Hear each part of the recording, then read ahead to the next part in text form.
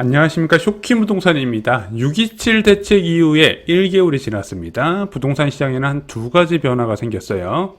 첫 번째는 급격히 줄어드는 거래량입니다. 6월 아파트 거래량 한 11,000건 내외로 찍혔어요. 아파트 미기준입니다. 반면에 7월 아파트 거래량은 지금 6월 아파트 거래량 페이스 대비 55% 줄어들어서 한 5,000건대가 예상이 되고 있어요. 6월 아파트 거래량 폭발적으로 증가했다면 7월 아파트 거래량 일반적인 수준까지 떨어질 것으로 예상이 됩니다.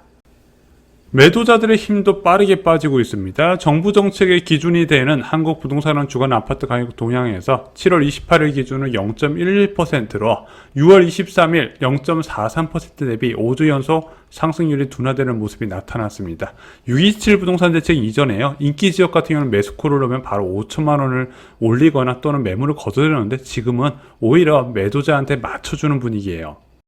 규제의 직격탄을 받은 상급지 아파트 시장 살펴볼게요. 자, 잠실주공 5단지 한번 보겠습니다. 여기가 올해 최고 실거래가가 41억 7천으로 전용 76 타입이 거래가 됐었는데 현재는 얼마다 38억 4천부터 호가를 하고 있고 계속해서 호가가 낮아지는 추세입니다. 왜 그러냐? 그동안 이런 상급지 아파트는 기본적으로 10억 이상의 대출을 받아서 갈아타기 수요가 굉장히 많았었는데 대출 금액이 6억으로 줄어들다 보니까 이 갈아타는 수요가 많이 줄어들었다는 거죠. 왜? 비싼 아파트일수록 훨씬 많이 올라갔기 때문입니다. 그래서 비싼 아파트가 더 타격받는 시장, 그렇게 보시면 좋아요. 자, 다른 예도 하나 들어보겠습니다. 여의도 시범 아파트예요. 자, 전용 118 타입 35평이요. 현재 38억 5천에서 36억 9천까지 하락한 상태입니다. 1억 6천만 원 정도 빠졌는데 여의도하고 압구정동 그리고 방금 말씀드린 잠실주공 5단지 같은 재건축 아파트가 먼저 하락하는 움직임이 나타나고 있다. 반면에 아직까지 신축은 본격적인 호가 하락보다는 일단 줄다리기 움직임이 이어지고 있다. 이렇게 보시면 될 것 같아요. 이번 부동산 대책 발표 후 이재명 대통령은 부동산의 대체 투자 수단은 주식이라는 점을 강조했습니다. 그래서 추가 규제가 나올 것이라는 얘기가 많았어요. 이런 대출 규제 하나만으로 부동산에 들어오는 계속 유동성을 막기에는 한계가 분명히 있다는 거죠. 그러면서 이 추가 규제에 대한 소문이 확산이 됐어요. 부동산 커뮤니티에 많이 돌아다니는 2차 부동산 규제에 대한 찌라시 보겠습니다. 자, 7월, 8월 부동산 2차 발표 정책 수립 중 수도권 신규 전세자금 대출 한도를 3억 원으로 제한하고요. 오피스텔과 아파트를 대거 투입하는 공급 정책, 그리고 마포, 성동, 강동, 고덕, 과천, 분당 등 추가 규제 지역을 추석 전후로 해서 검토할 예정이다. 핵심 두 가지만 말씀드리면 전세대출 제한과 추가 규제 지역 지정이었습니다. 여기에 보유세 강화 언론 보도까지 나왔어요. 정부는 종부세 역주행 예고 공정시장가액 비율을 80%로 상향 조정하겠다. 원래 얘가 80%였다가 문재인 정부 시절에 95%까지 올라갔다가 이번에 윤석열 정부 들어서 특례로 60%로 낮췄었거든요. 이거를 원래 수준인 80%로 돌릴 것이다. 이런 기사가 나왔어요. 그러면서 세제 개편안에 증시를 살리고 부동산 시장을 약간 수요를 줄이는 내용이 포함될 것이다. 이런 소문이 굉장히 많이 있었죠. 그렇게 발표된 세제 개편안, 그런데 부동산 관련 발표 내용이 없었어요. 그리고 부양의 대상인 주식시장에도요, 기대보다 이 부양책이 약하게 나왔다는 평가가 많았습니다. 세제 개편안 중에서 중요한 거 몇 가지 살펴볼게요. 먼저 법인세율 환원입니다. 자, 3천억 초과하는 과세 표준을 가진 기업들에 적용되는 법인세율. 문재인 정부 때는 25%였고요. 그리고 이제 윤석열 정부에서는 24%로 낮았다가 이걸 다시 25%로 돌린다고 합니다. 그래서 환원이란 표현을 썼죠. 또한 증권거래세율도 올린다고 합니다. 현재 농어촌 특별세를 포함해서 0.15%인 것을 0.2%로 조정하게 되는 거예요. 자, 그러면서 세수 확보 시동 법인세 1%포인트 올리는 것과 증권거래세 인상으로 5년간 35.6조 원의 세수가 확보가 된다고 합니다.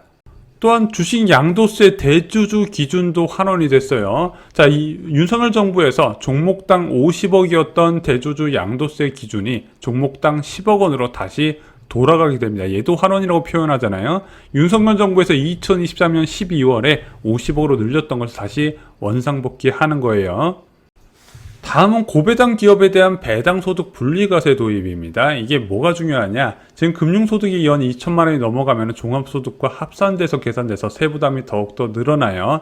그래서 높은 배당 수입을 원하는 사람들의 자금을 증시로 끌어오기 위해서 분리과세를 해주겠다는 겁니다. 종합소득이 합산하지 않고 이 소득만 따로 세금을 나눠서 내는데 어떻게 적용된다? 2천만 원 이하는 14%, 2천만 원에서 3억 이하는 20%, 3억 초과는 35%가 적용이 돼요. 근데 이 세율도 35%는 좀 많다고 생각하는 사람이 있고, 또 하나 이제 좀 요건도 굉장히 까다롭게 정했습니다. 고배당 상장법인 주주여야 되는 거예요. 그래서 두 가지 중 한 가지 요건을 충족해야 되는데, 첫 번째는 배당 성향이 40% 이상이어야 되고요. 두 번째는 배당 성향 25% 이상 및 직전 3년 평균 대비 5% 이상 배당이 증가한 기업에 한해서 이런 혜택을 받을 수가 있다는 거예요. 좀 까다롭죠.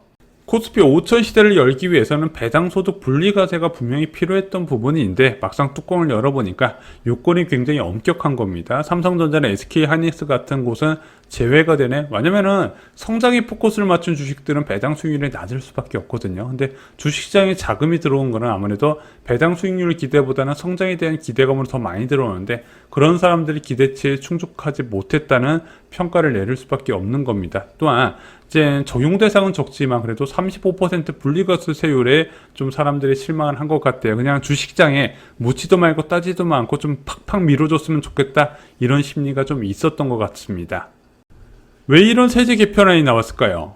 일단 부동산 시장에서는 과열이 진정됐기 때문입니다. 정부는 가격을 결정하는 주체가 아니라고 저희가 수도 없이 말씀드렸어요. 한쪽 방향으로만 쏠릴 때만 개입을 한다. 급등이든 급락이든. 지금 근데 시장이 어떻게 해요? 안정된 흐름을 가고 있죠. 무개입 나오는 겁니다. 어떤 사람들이 막 보유세가 올라가지고 앞으로 집값이 떨어질 거다 유튜브에 계속 댓글 다시는데, 그게 아니에요. 그만큼 급등을 해야 무엇인가 반사작용으로 그게 튀어나오게 돼 있는 거지, 지금처럼 안정된 시장에서 또 때리지는 않는다는 겁니다. 나와봤자 아마 공급 대책 정도 나올 거예요.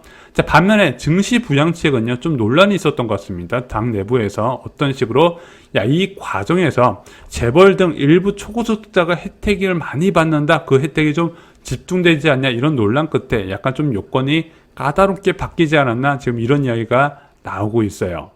금요일 코스피는 급락했습니다. 한 기사 볼게요. 세제 개편안의 실망감, 코스피 코스닥 3%대 급락. 자, 하루 만에 3.88% 급락을 했습니다. 개인이 1조 6천억 원 매수했고요. 외국인은 6,500억 원 매도를 했습니다. 자, 그러더니 다시 이 자리에 돌아다닌 거예요. 투자의 제1원칙, 절대로 한국 주식에 투자하지 말라.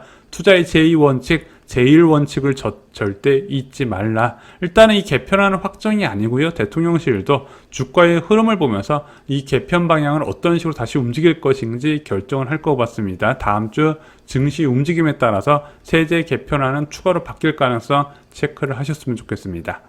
이 세제 개편안이 왜 중요할까요?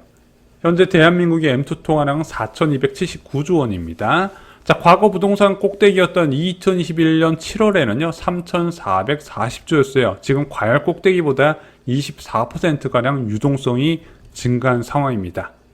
한국은행은 기준금리를 계속 낮출 겁니다. 이청환 총재는 금리 인하 기조는 이어간다고 얘기했죠. 단 가계부채와 부동산 시장 상황을 보면서 접근한다 말씀을 드렸습니다. 그럼 그런 통계가 안정된 움직임을 보이면 금리를 낮출 건데 어디까지 낮출 것이냐? 저는 개인적으로 2% 내외로 낮출 것으로 보고 있습니다. 그래서 많이 낮추면 1.75%, 덜 낮추면 2%로 보고 있는데, 그렇게 된다면 예금금리가 이제 2% 이하로 낮아지게 된다는 거죠. 현재는 2.5% 수준입니다.